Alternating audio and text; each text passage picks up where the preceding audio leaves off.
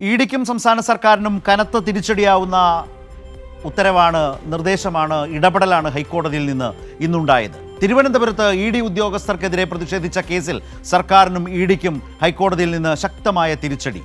അരങ്ങേറിയത് സംഘടിത കുറ്റകൃത്യമാണെന്ന് പറയാനാവില്ലെന്ന് കോടതി വ്യക്തമാക്കി. 9-ാം പ്രതിയുടെ ജാമ്യം ഉടൻ റദ്ദാക്കണമെന്ന ആവശ്യവും കോടതി അംഗീകരിച്ചില്ല. നടന്നത് സംഘടിത കുറ്റകൃത്യമാണെന്നായിരുന്നു സർക്കാരിന്റെ വാദം. ഇത് കോടതി അംഗീകരിച്ചില്ല. സംഘടിത കുറ്റകൃത്യമെന്ന് പറയാനാവില്ലെന്ന് ജസ്റ്റിസ് CS ഡേസ് അധ്യക്ഷനായ സിംഗിൾ ബെഞ്ച് വ്യക്തമാക്കി. ആർക്കാണ് ഗുരുതര പരിക്കേറ്റതെന്നും പരിക്കേറ്റെങ്കിൽ ചികിത്സാരേഖകൾ എവിടെയെന്നും കോടതി ചോദിച്ചു. 9-ാം പ്രതി ഹരീഷ് കുമാറിന് സെഷൻസ് കോടതി അനുവദിച്ച ജാമ്യം റദ്ദാക്കണം എന്നതായിരുന്നു സർക്കാരിന്റെ മറ്റൊരാവശ്യം. 9-ാം പ്രതിക്കെതിരായ കേസ് കൃത്യമായി എന്തെന്ന് കോടതി സർക്കാരിനോട് ആരാഞ്ഞു. ജാമ്യം ലഭിച്ച 9-ാം പ്രതി 27 ദിവസം കസ്റ്റഡിയിലായിരുന്നല്ലോ. ഇതിനിടയിൽ പോലീസ് ഇയാളെ ചോദ്യം ചെയ്യൽ ഉൾപ്പെടെയുള്ള നടപടികൾ സ്വീകരിച്ചിട്ടുണ്ടാവും. പ്രതി ഉപയോഗിച്ച ആയുധം കണ്ടെത്തുന്നതിനായി കസ്റ്റഡിയിൽ വേണമെന്ന പോലീസ് വാദത്തെയും കോടതി ചോദ്യം ചെയ്തു.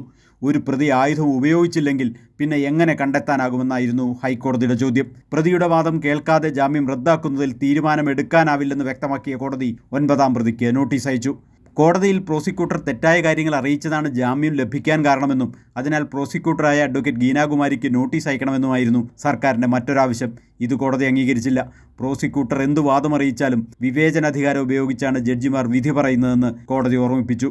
പ്രധാന ആവശ്യങ്ങളെല്ലാം കോടതി നിരസിച്ചതോടെ സർക്കാരിനും കക്ഷി ചേരാനെത്തിയ ഇഡിക്കും അത് കനത്ത തിരിച്ചടിയായി. സർക്കാർ ഹർജി 2 ആഴ്ചയ്ക്ക് ശേഷം പരിഗണിക്കാൻ മാറ്റി. കൈരളി ന്യൂസ്, കൊച്ചി.